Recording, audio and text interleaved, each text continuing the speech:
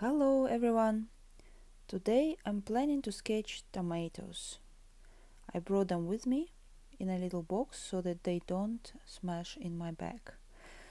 I like those round cute shape of the tomatoes and the mix of colors. I like that they have red, yellow and then green for the leaves. That sounds natural. And look at those little highlights of white color. I usually have a white color gouache as well, like a little tube that I can bring with myself, but today I just forgot to have it.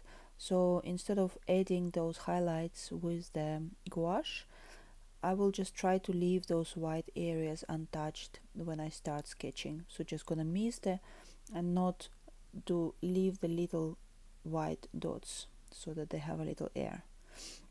My kit is very simple and all items are small, which makes them light and easy to carry around and sketch on the go. So I always have them in my bag, and whenever I have an opportunity, I can do a little sketch of any nice object I can find and spot. I have in my kit I have watercolor sketchbook, pen and pencil. I also have water pen, which is really important, you can imagine, and a set of 12 paints. For this illustration I only used 8 colors, I think. I never use all 12 to be honest, but it's nice to have them just in case. First I draft object with a pencil. Usually I prefer a pen, but this object looks a bit delicate to me, so I chose a pencil to avoid contrast edges of tomatoes and leaves. So when you color all the sketch, then you'll see the edges will obviously not be very obvious, while if I use the ink pen, then you can see those black edges. But I like that effect as well, but this time I just wanted to use something light and delicate. The whole illustration took me about 20 minutes. I spent perhaps 5 minutes out of it for pencil drawing, so it's really a very loose, very easy draft. It doesn't need to be perfect, and I never use the eraser to make it perfect and ideal. So I just sketch how I see, and then I leave it as is and then move on to color. In fact, I never try to create perfect shapes and perfect lines. It looks nice on the sketch when you see a bit loose shapes, and edges and colors flow into each other very freely as well when it comes to adding the colors. Okay, I'm now nearly done with the sketch with the pencil, so very soon I'm about to start using the colors. So let's see. Yeah, can you see the sketch? Yeah, it's very loose, very draft. So now I take the water pen and start mixing the colors. You see my palette is not very clean to start with, so I try to clean it now and again, but to be honest I always use these 3 sections, and then the middle section I use for the dark colors and then the sides for light colors, and sometimes when they dry I then can reuse them in the next sketches, so that's why maybe I don't really clean them. Plus I just like this creative variation and how it looks like. It looks very cute to me when it's like all in colors rather than pure clean. So I always have multiple layers on my watercolor painting. First layer will be a lighter one. So you see I started with this yellow base, and then when the watercolor dries the color becomes light as well. I then do first touch of green, yeah, and then again it's gonna be lighter tones for now, so the color will bring up with more layers and it will build up. I also try to do like not to just color one object, so one tomato, let's say, make it perfect, and then move to another tomato and make another tomato perfect. So I'm touch basing here and there just to see the full picture.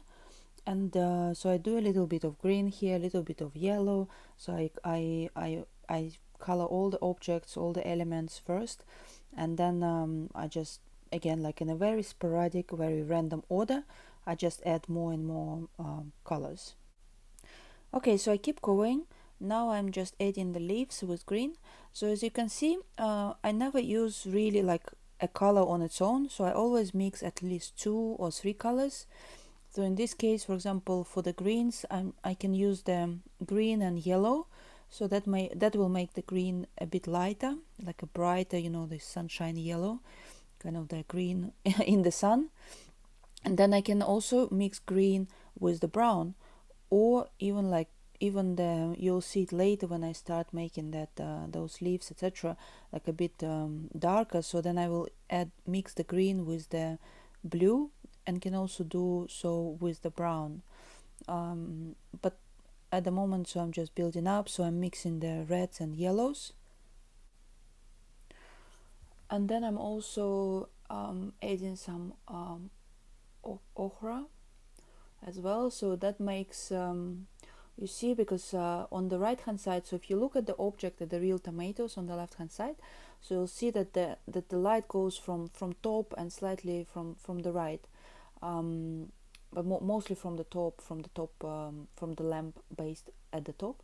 So that means like the upper part of the tomatoes is very very light, while the darker part, the lower part of the tomato is getting darker, so it's not as bright orange or as bright red as at the top. So then that means that I need to make those orange and yellows a bit darker, as we so you can see, like I reflected on this bottom areas of my sketch of the tomatoes.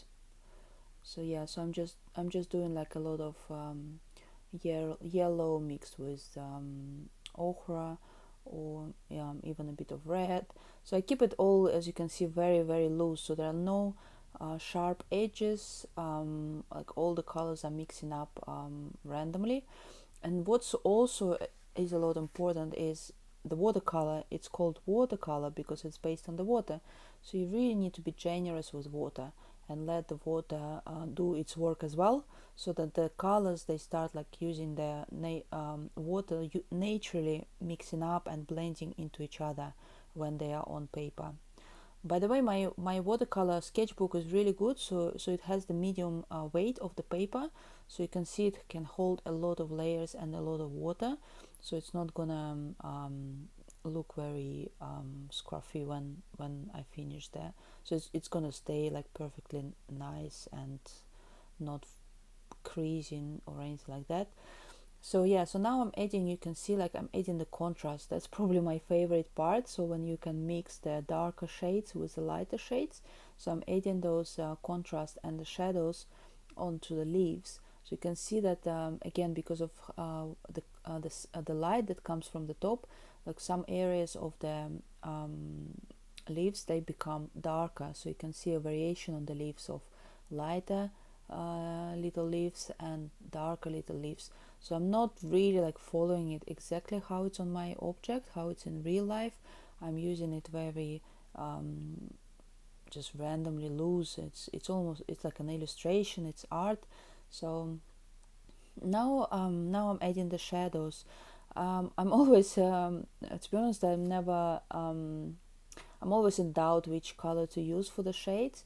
So it should be close to the object, but I like to do the purple shades. Yeah, so in the purple you get from mixing the blue and the red. So you can see, like again, the shades, the edges of the shadows, they shouldn't be really like very exact. So you can make them very loose and just follow your let your creative juice flow. So yeah, here and there. So also the watercolor dries, and then you can see that the colors become a little bit lighter. So I go back to the tomatoes and make adding more color, more to make them more contrast and looking cute and nice, so more like an illustration, very creative, etc. I'm then going back into the shadows. Also, it's nice to add the color of the object into the shadow, so add a bit of orange, maybe add a bit of red into the shadow, because this is all one single piece. Nothing is disconnected, it's all flowing into each other, all coming together, so it's like all one piece of art. Yeah, so it's a lot of as I said, like the whole set took me 24 minutes exactly, so probably 20 minutes for the whole just drawing and painting, about 5 minutes just sketching at the beginning, and 15 minutes for the adding the colors. um, yeah, so I'm just adding the final light, final touches. I'm actually nearly done now, so just really like very final bits to add, and here you go, it's final. Look at this beauty, how cute that is. I really like watercolor. It creates this amazing effect, right? Like loose and beautiful, like a real illustration. Let's look at some close up. Those juicy tomatoes, very nicely done. And here is finally my final setup. So yeah, that's how it was. Thank you so much for watching. I really enjoyed your company. Thank you.